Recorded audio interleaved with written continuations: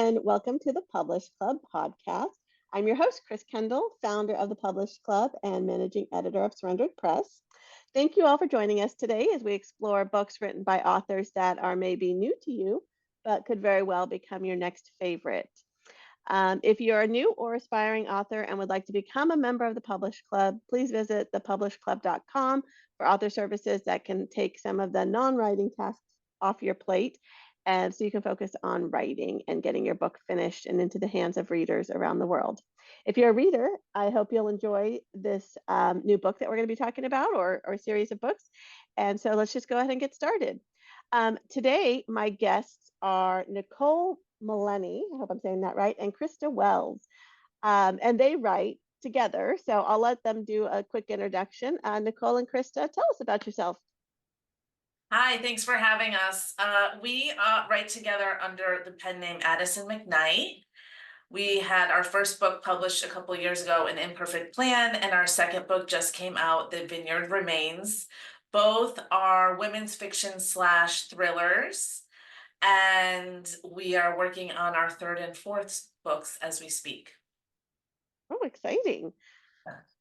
Yes, thank you for having us. The book that just came out is The Vineyard Remains, and it's about two women that are both in Martha's Vineyard. Martha's Vineyard is a place that you normally think of as like the spectacular place that presidents vacation, but our book kind of looks at the life after Labor Day weekend, where everything gets a little grim, and we have a lot of fun with that. So we hope that you will, if you like a darker beach read, I think you'll love The Vineyard Remains.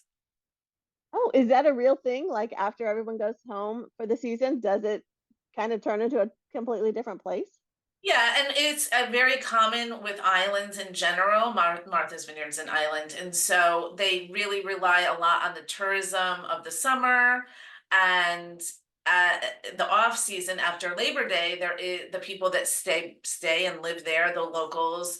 There is a high incidence of addiction and domestic abuse, and they're kind of, they're living on a small island. It's not easy to get back and forth and to get off of the island. So that is our characters. We have one woman who's desperate to get off the island, and then there's another woman who's trying to escape something from her past and go to the island to kind of hide. So yes, and it's not, and Martha's Vineyard actually does have a lot of resources for these addiction and for domestic abuse and some of these issues, but it is a problem. Wow, I had no idea. I mean, I'm on the other side of the country in California, so I guess I don't know about local dark histories like that, but Right. that's very No, interesting. everyone thinks of it as like this idyllic island where presidents vacation, and it is, but there is that dark side to the island. Wow. Okay, so is it kind of a dark read? Like, am I going to cry? Am I going to feel bad after? Which is okay. I like those, but I mean, is that what it is? Cry and you are going to feel bad. Yes. Okay. No, it's like I said, we write hybrid, so it's half women's fiction, half domestic suspense or psychological thriller. And so it's definitely a beach read. We've been getting amazing feedback. A lot of our readers are on spring break this month, and they're taking this to the pool or to the beach where they are, and they're saying they're reading it, 2 days. It's a page turner. So it's definitely beachy. You're going to feel like you're on an island, you're in Martha's Vineyard, but there is some dark and twisty stuff happening as well. Ooh, I'm intrigued. Okay. And are all of your books like that? Yes. Yes, we have a dark side, I guess.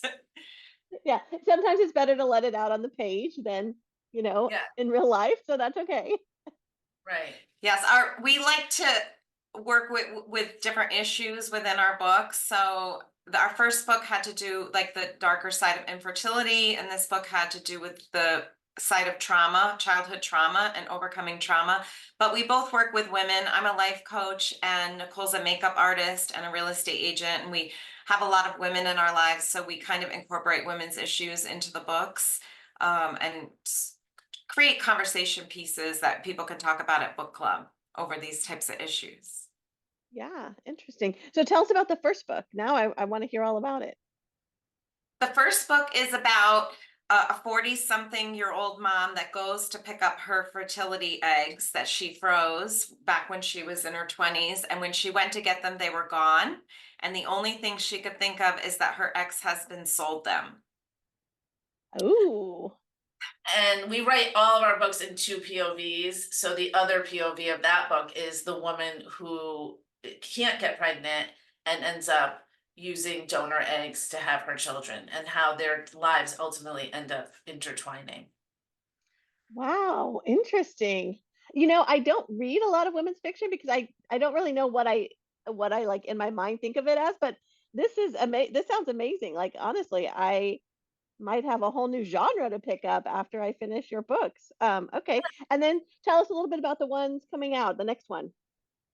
So I'm a real estate agent, and in Connecticut, when you buy a home, if a crime or anything has occurred in the house, you only can find that out by writing a formal letter. The real estate agent won't necessarily tell you that. They are not obligated to tell you, and the housing market is insane right now. So people are buying houses so quickly, they don't even have time for inspections, let alone finding out what happened in the house.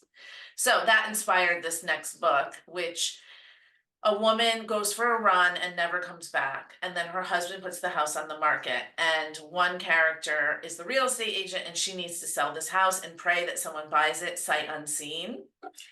And then my character is from Midwest and buys the house, not knowing that there was this horrific thing that happened in the house, and she's a kleptomaniac.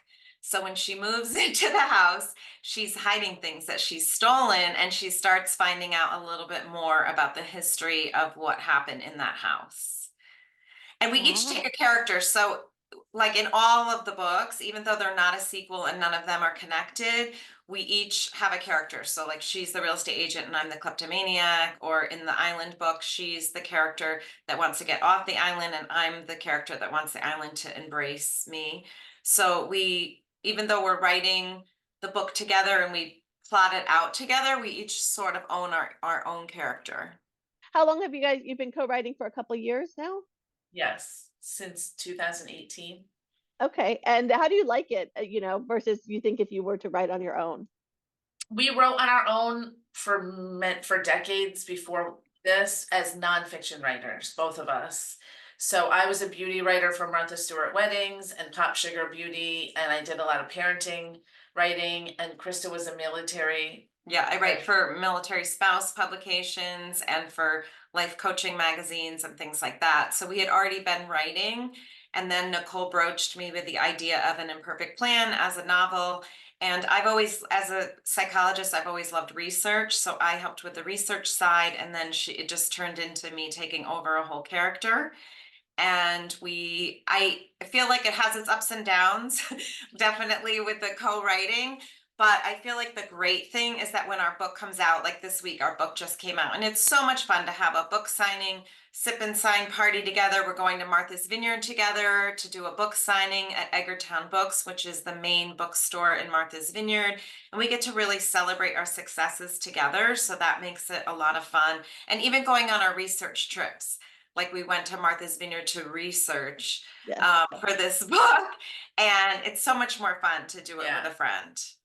And then there's lows, obviously rejection. When we had Imperfect Plan, we tried to get an agent. We had 55 rejections, and it's obviously very difficult. And just roller coaster ride of just getting the two books out into the world. Sometimes when you get bad news or rejection, it's nice to say like, oh well, let's go out and get a margarita together. Yeah. Yeah. It is more fun. And then also we have built-in editing, and we only have to write one half of a book. Yes, that is the best part. I also co-write, and that is the best part. It's like, yeah, halfway through, I'm like, oh my God, my part's done. Yes. So Good, it is. good. I would say the pros definitely out. And I mean, now the thought of doing it on my own seems like really scary. Yeah. Yeah. Oh, that's so exciting. Where can we find your books? Where are they for the listeners and viewers to go grab? They're available at Amazon.com, Target, and Barnes and Noble.